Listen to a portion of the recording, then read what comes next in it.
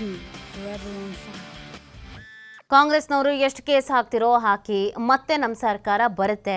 ನಿಮ್ಮ ಆಶೀರ್ವಾದ ನೋಡಿದ್ರೆ ಮುಂದಿನ ಬಿಜೆಪಿ ಮುಖ್ಯಮಂತ್ರಿ ನಾನೇ ಆಗ್ತೀನಿ. ಮತ್ತೆ ಸಿಎಂ ಆಗೋ ಕನಸನ್ನ ಬಿಚ್ಚಿಟ್ಟಿದ್ದಾರೆ ಶಾಸಕ ಬಸನಗೌಡ ಪಾಟೀಲ್ ಯತ್ನಾಳ್. ವೋಟ್ ಹಾಕೋರೇ ನನ್ನ ಕಡೆ ಇದ್ರೆ ಬಾಕಿ ಉಳಿದವ್ರು ಏನ್ ಮಾಡ್ತಾರೆ? ನಾನು ಸಿಎಂ ಆದ್ರೆ ಹೊಸ ಯುಗ ಪ್ರಾರಂಭ ಆಗತ್ತೆ ಅಂತ ಯತ್ನಾಳ್ ಹೇಳಿದ್ದಾರೆ.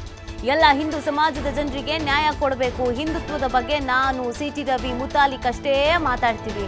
ನಾವು ರಾತ್ರಿ ಸಿದ್ದರಾಮಯ್ಯ ಡಿಕೆಶಿ ಜಮೀರ್ ಅಹಮದ್ ಮನೆಗೆ ಹೋಗಲ್ಲ. ನಮಗೆ ಹಿಂದೂ ವೋಟುಗಳು ಮಾತ್ರ ಸಾಕು ಅಂತ ಶಾಸಕ ಯತ್ನಾಳ್ ಮಾತನಾಡಿದ್ದಾರೆ.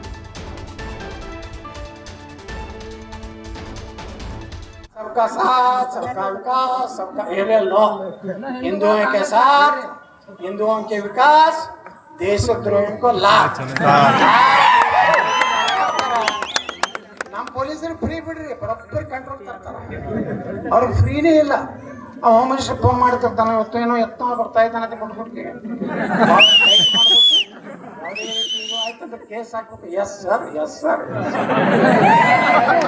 ಎಷ್ಟು ಕೇಸ್ ಹಾಕೋರು ಹಾಕ್ರಿ ನೀವು ಕೇಸ್ ನೀವೆಲ್ಲ ಕೇಸ್ ಹಾಕ್ತೀರಿ ಮತ್ತೆ ನಮ್ಮ ಸರ್ಕಾರ ಬರ್ತೈತಿ ನಮ್ಮ ಸರ್ಕಾರ ಬಣ್ಣ ಎಲ್ಲ ಮಾಫಿ ಆಗ್ತಾವ ಅಲ್ಲಿಂದ ನನ್ನ ಕೈಗೆ ನೋಡಿ ಕರ್ನಾಟಕ ಸಿಕ್ತಂದ್ರೆ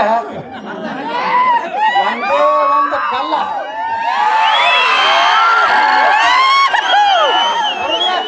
ನಿಮ್ಮ ಆಶೀರ್ವಾದ ನೋಡಿದ್ರೆ ಗ್ಯಾರಂಟಿ ನಾನು ಮುಂದಿನ ಬಿಜೆಪಿ ಮುಖ್ಯಮಂತ್ರಿ ನಾನೇ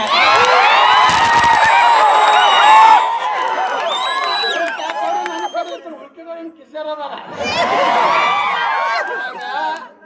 बोल बुढ़ापा ना इतना मार करेंगे क्या करने को अच्छा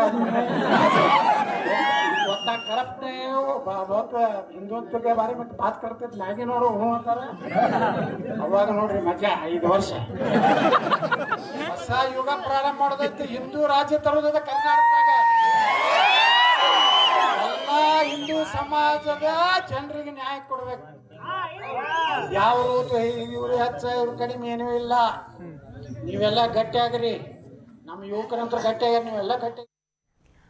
ಇದುವರೆಗಿನ ಪ್ರಮುಖ ಸುದ್ದಿ ನೋಡ್ತಾರೆ TV5 ಇದು ವಾಸ್ತವದ ಪ್ರತಿರೂಪ.